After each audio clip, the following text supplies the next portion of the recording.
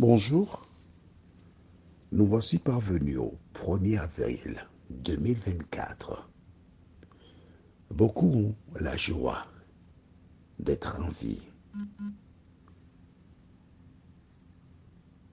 tandis que d'autres, et peut-être même moi, se reposent dans ce cimetière. À titre d'information, nous sommes le 17 décembre 2023 à 10h22, l'heure à laquelle j'enregistre cet audio.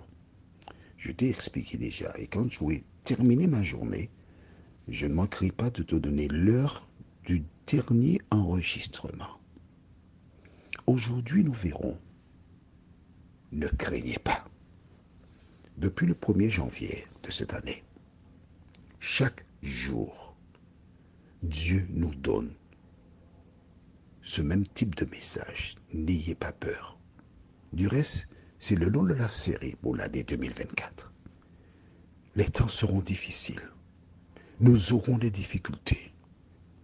Et c'est pourquoi le Saint-Esprit m'incita à enregistrer cette série qui s'intitule N'ayez pas peur.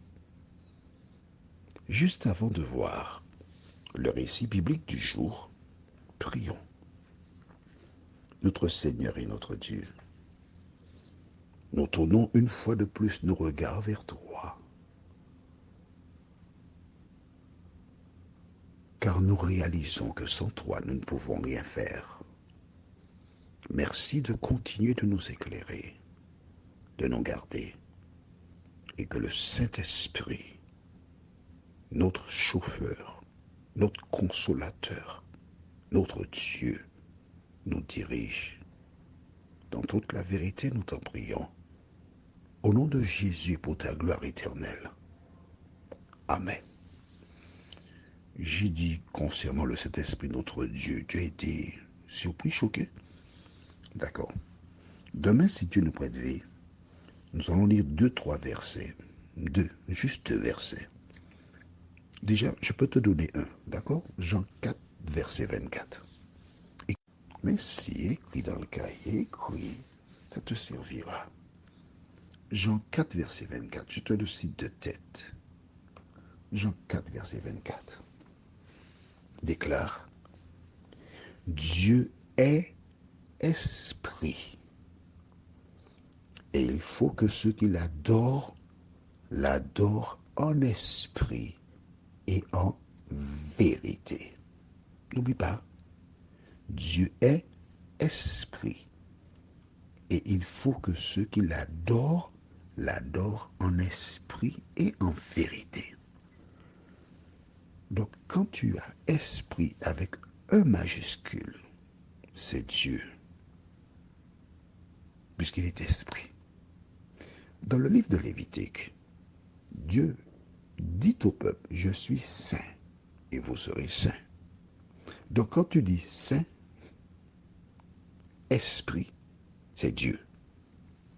Mais je vais te donner 2 autres versets demain, si Dieu nous prête vie, qui t'aideront à comprendre que Dieu est le consolateur et le consolateur est Dieu. Demain, si Dieu nous prête vie. En attendant, prenons la Bible dans Matthieu 28 et nous lisons les versets 1 à 7. Comme d'habitude, je m'arrêterai entre les versets. D'accord?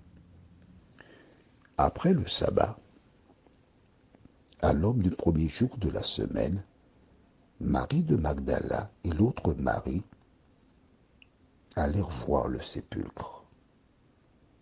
Alors, après le sabbat, c'est quel jour? C'est le dimanche. Mais si, rappelle-toi, Jésus est un juif. Et les juifs observent le sabbat. Le sabbat, c'est quel jour? Le 7e jour de la semaine.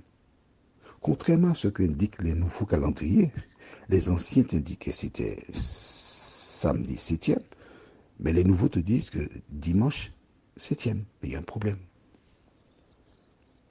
Pourquoi? Parce que si dimanche est le 7e jour de la semaine,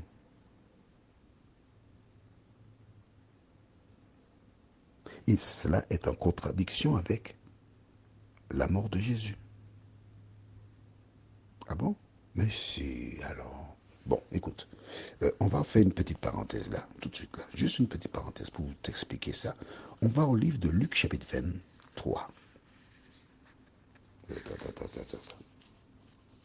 Luc 23, d'accord?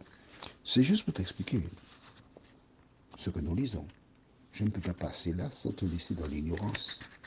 Ok, on va dans Luc 23. C'était pas prévu, donc je cherche la page.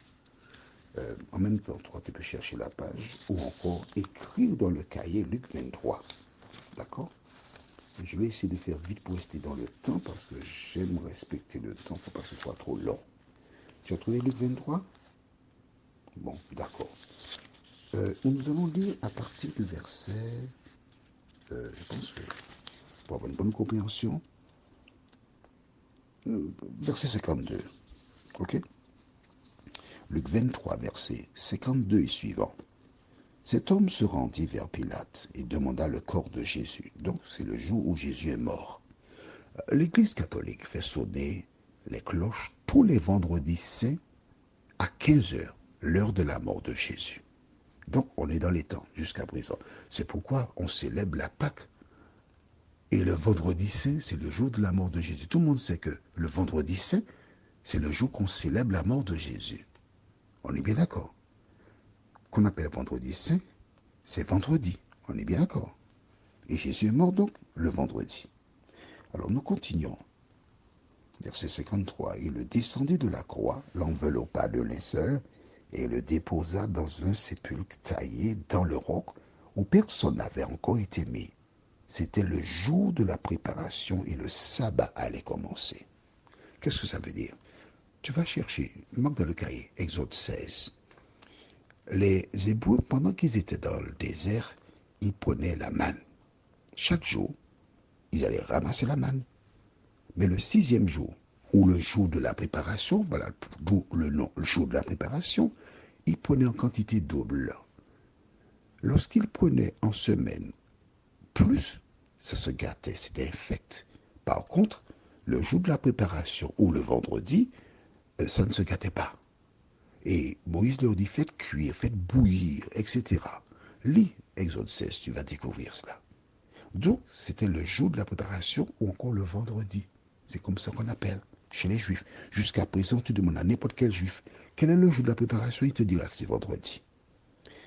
Alors, quand il fait, le sabbat allait commencer. Comment le sabbat allait-il commencer puisque Jésus est mort à 15 heures? Marque dans le cahier. Lire Genèse 1er. Dans Genèse 1er, tu verras que chaque jour, lorsqu'on est arrivé au terme de la journée, il est écrit, il y eut un soir, il y eut un matin, ce fut le premier jour. Un soir, un matin, deuxième jour. Pour Dieu, le jour commence du coucher du soleil au coucher du soleil. Voilà donc pourquoi quand Jésus est mort, à 15 heures, qu'ont-il fait? Eh bien, on lit au verset 55, les femmes qui étaient venues de la Galilée avec Jésus accompagnèrent Joseph, virent le sépulcre et la manière dont le corps de Jésus fut déposé, et, s'en étant retournées, elles préparèrent des aromates et des parfums, puis elles se reposèrent le jour du sabbat selon la loi.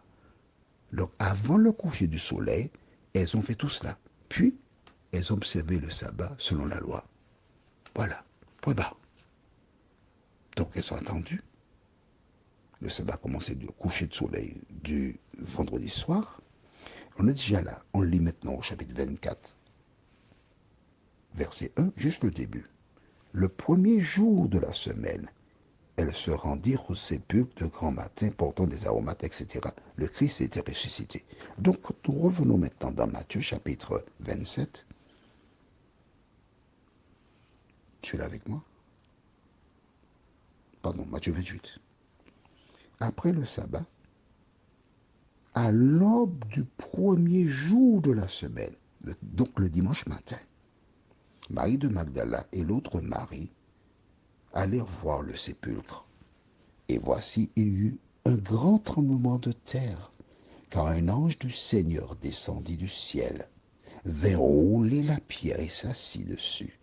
Son aspect était comme l'éclair et son vêtement blanc comme la neige. Les gardes tremblèrent de peur et devinrent comme morts.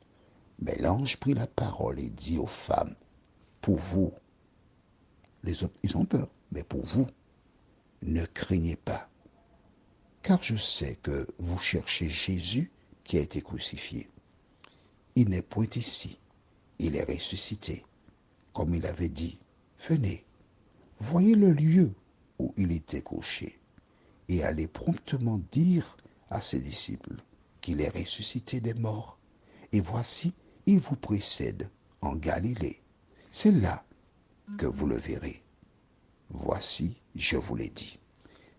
Retenons verset 5. Mais l'ange prit la parole et dit aux femmes, pour vous, ne craignez pas. Je remercie Dieu que ce dimanche matin, qu'on appelle dimanche Gloria, que Jésus soit sorti victorieux sur la mort et sur le péché. Et grâce à ce sacrifice, tous, toi et moi, nous avons la possibilité de nous préparer pour l'éternité. Prions. Notre Seigneur et notre Dieu, merci pour la parole. Merci Seigneur, parce que tu nous dis encore, n'ayez pas peur. Nous sommes heureux Seigneur d'avoir la parole. Nous sommes heureux de connaître la vérité, de nous aider à l'appliquer dans nos vies jour après jour, de nous aider à nous rappeler que tu nous dis, n'ayez pas peur. Merci Seigneur pour tout ce que tu as déjà fait, ce que tu fais. Nous t'avons prié au nom de Jésus pour ta gloire éternelle. Amen. Je te souhaite une bonne journée, en attendant de se retrouver demain, si Dieu nous prête vie. À bientôt.